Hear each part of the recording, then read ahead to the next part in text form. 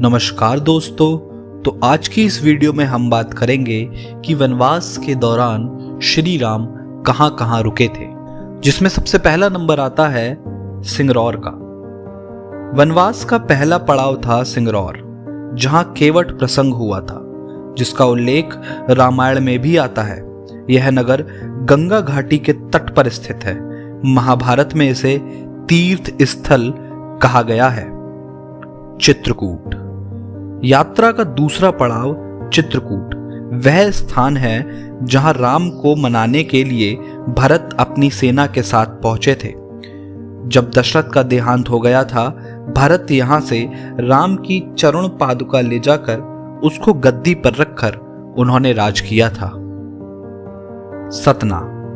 यात्रा का तीसरा पड़ाव अत्रि ऋषि का आश्रम, जो कि सतना के पास है। वहां श्री राम ने राक्षसों का वध किया, जिसका वर्णन रामायण के अयोध्या कांड में मिलता है। दंडकारण्य। आश्रम में कुछ दिन रुकने के बाद श्री राम ने छत्तीसगढ़ के घने जंगलों दंडकारण्य को अपना आश्रय स्थल बनाया। यहीं पर राम ने अपना वनवास काटा। यहां वे लगभग 10 वर्षों से भी अधिक समय तक रहे थे। पंचवटी। यात्रा का 5वां पड़ाव था पंचवटी। नासिक में गोदावरी के तट पर स्थित 5 वृक्षों का स्थान पंचवटी।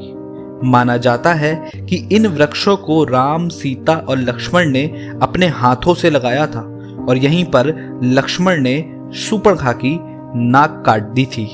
सर्वतीर्थ। यात्रा का छठा पड़ाव नासिक से 56 किलोमीटर दूर सर्वतीर्थ नामक स्थान था। यह वही जगह है जहां सीता मां का हरण हुआ और यहीं प्रभु राम ने जटायु का अंतिम संस्कार किया था। इस तीर्थ पर लक्ष्मण रेखा भी खींची गई थी। सीता की खोज। यात्रा का 7वां पड़ाव सर्वतीर्थ, जहां जटायु का वध हुआ था। वह स्थान सीता की खोज का प्रथम स्थान था।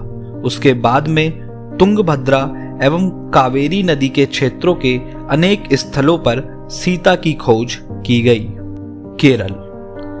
यात्रा का 8वां पड़ाव सीता की खोज में जटायु और कबंध से मिलने के पश्चात राम ऋष्यमुख पर्वत पहुंचे। रास्ते में वे पंपा नदी के पास शबरी आश्रम पहुंचे और यहीं उन्होंने शबरी के झूठे बेर खाए। ऋष्यमुख पर्वत। यात्रा का 9वां पड़ाव मल्य पर्वत और चंदन वनों को पार करते हुए वे ऋष्यमुख पर्वत की ओर बढ़े। यहां उन्होंने हनुमान और सुग्रीव से भेंट की, सीता के आभूषणों को देखा और श्री राम ने बाली का वध भी किया। कोडिकरई। यात्रा का 10वां पड़ाव श्री राम ने पहले अपनी सेना को कोडिकरई में एकत्रित किया। सर्वेक्षण के बाद जाना कि यहां से समुद्र को पार नहीं किया जा सकता। तब उन्होंने रामेश्वरम की ओर कूच किया। रामेश्वरम यात्रा का 11वां पड़ाव था।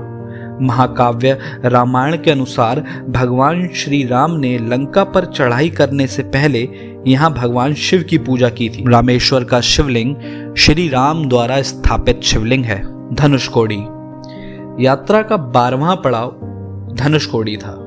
श्री राम ने वह स्थान ढूंढ निकाला जहां से आसानी से श्रीलंका पहुंचा जा सकता था। उन्होंने नल नील की मदद से सेतु का कार्य आरंभ किया। धनुषकोडी ही भारत और श्रीलंका के बीच एकमात्र स्थलीय सीमा है। नुवारा एलिया। यात्रा का 13वां पड़ाव श्रीलंका के मध्य में रावण का महल था। नुवारा एलिया पहाड़ियों से मध्य लंका की ऊंची पहाड़ियों के बीचों बीच सुरंगों तथा गुफाओं के भंवर जालों से होता हुआ जाता है। यहीं से होकर राम भी गुजरे थे। श्रीलंका। यात्रा का आखिरी पड़ाव सीता को वापस प्राप्त करने के लिए श्री राम ने हनुमान और वानर सेना की मदद से रावण और उसके वंशजों को पराजित किया था और विभीषण को लंका का राजा बना उसका पग प्रदर्शित किया था।